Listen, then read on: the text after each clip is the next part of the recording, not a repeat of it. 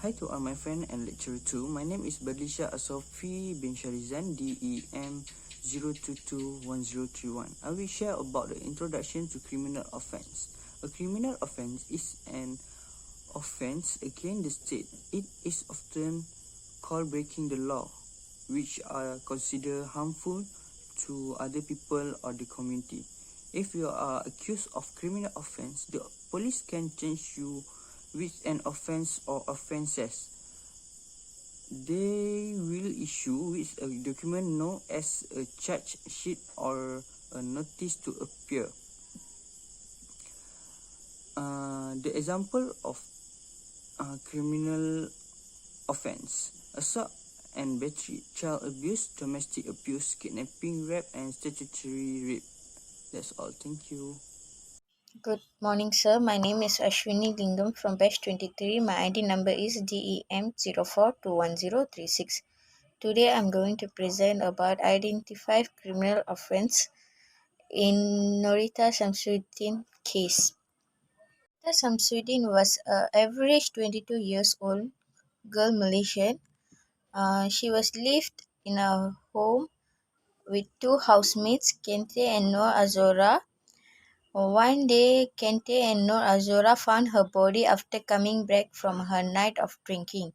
Kente and Azora noticed a strong, unpleasant body odor at the main entrance area, wafting down the corridor leading towards the dining room area. They noticed that Norita's body was lying face down and her limbs were bound behind a bag with wires and a undergarment. Her face was bound with a pillowcase and her mouth was gagged with a bald-faced towel. Instead, a postmortem revealed that she was either raped or had instead in a sex period to her death by suffocation.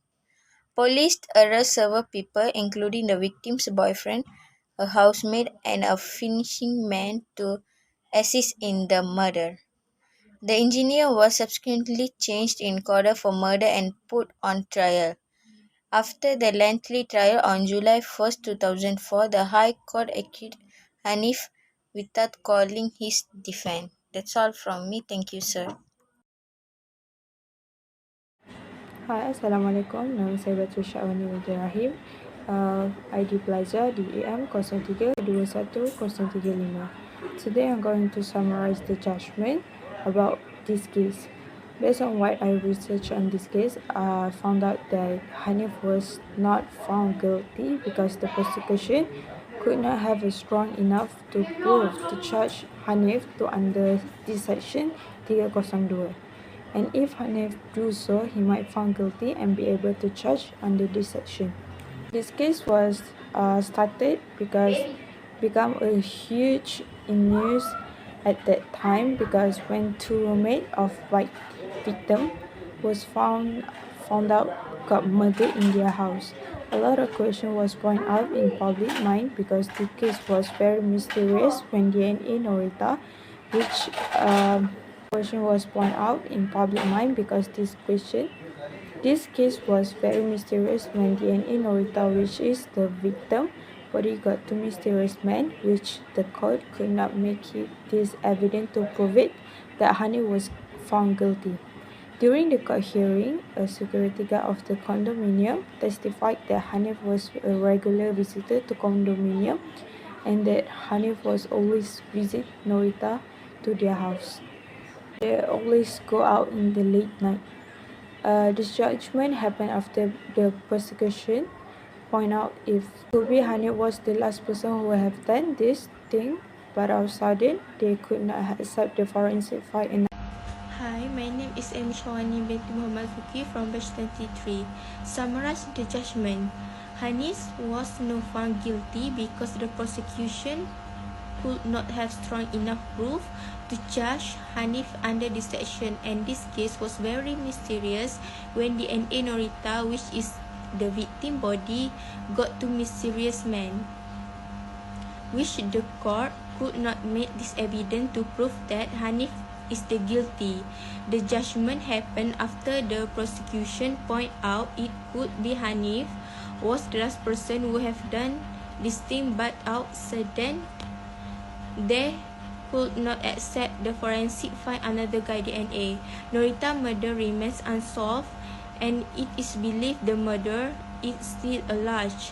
A year later, the then Deputy Inspector General of Police, Tan Sri Musa Hassan, said police wanted to continue investigation into unsolved high-profile murder cases such as Norita for another 20 years in order to find the real killers. This is why Hanis found not guilty can prove either types of fact are divided into two: direct evidence and circumstantial evidence. Direct evidence is exactly as its name suggests. It directly proves a fact in issue, relevant fact. On the other hand, circumstantial evidence is a little more complicated. It does not directly prove a fact in issue, relevant fact, but it allows such an inference. That's all. Thank you. Hi, my name is Darren James Nair, son of Rodney James. My student ID is DEM03211079. Today I'm going to present about our opinion based on judiciary issues. First, Norita's boyfriend Hanif is not the killer. The reason for these decisions are the court found the two security guards were not credible witnesses. Secondly, prosecutors failed to explain about the foul smell that Kenneth and Azora inhaled. Third, prosecutors failed to prove Hanif was the last person to have physical contact with Norita. And lastly, prosecutors failed to explain another DNA belonging to an unknown man. The killer is still free outside because Norita's case can be used as a lesson to women out there to be more careful in their relationship and enforce the law about case related.